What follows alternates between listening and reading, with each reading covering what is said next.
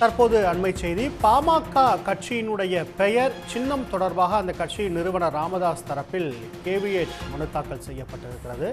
சென்னை உயர்நீதிமன்றம் மற்றும் உரிமையியல் நீதிமன்றத்தில் மனு தாக்கல் செய்யப்பட்டிருக்கிறது. அண்மை செய்தியாக பார்த்துக் கொண்டிருக்கிறோம். மேலதிக விரிவான விவரங்களுக்கு செய்தியாளர் ரமேஷ்குமார் இணைகிறார். ரமேஷ்குமார், விவரங்கள்.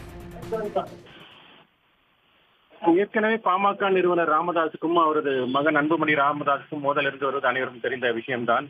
இந்த நிலையில் தான் அண்மையில அந்த பொதுக்குழுக்கு எதிராக டாக்டர் ராமதாஸ் தரப்புல சென்னை உயர்நீதிமன்றத்தில் வழக்கு என்பது தொடரப்பட்டது.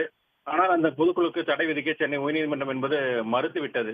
இந்த நிலையில தான் சென்னை உயர்நீதிமன்றம் மற்றும் உரிமையியல் நீதிமன்றம் ஆகியவற்றில் பொதுச் செயலாளர் முரளி சங்கர் என்பவர் தரப்புல கேவியட் மனுக்கள் என்பது தாக்கல் செய்யப்பட்டிருக்கிறது. அவருடைய கேவியட் மனுக்களை வழக்கறிஞர்களுடைய சமூக நீதி பேரவையினுடைய மாநில தலைவர் வி.எஸ். கோபு தாக்கல் செய்திருக்கிறார். அந்த மனுக்கள்ல தலைவர் பதவியிலிருந்து நீக்கப்பட்ட டாக்டர் அன்புமணி தரப்புல பாட்டாளி மக்கள் கட்சிக்கு உரிமை கோரியோ பாமக அலுவலக முகவரியோ நிறுவனர் ராமதாஸ் தெரியாமல் மாற்றியதைப் போல மாம்பழம் சின்னத்தை குறுக்கு வழியில் பெறவோ நீதிமன்றத்தை அணுகினால் தங்களுடைய தரப்பு விசாரிக்காமல் எந்த ஒரு முடிவை எடுக்கக்கூடாது என்று அந்த கேவியட் மனு என்று தாக்கல் செய்யப்பட்டிருக்கிறது. ஒருவேளை அன்புமணி தரப்புல அந்த மனு என்பது தாக்கல் செய்யப்பட்டால் எங்கள் தரப்பு வாதத்தையும் கேட்காமல் எந்த ஒரு இடைக்கால உத்தரவும் பிறப்பிக்க கூடாது என்று அந்த கேவியட் மனுவில் தெரிவிக்கப்பட்டிருக்கிறது.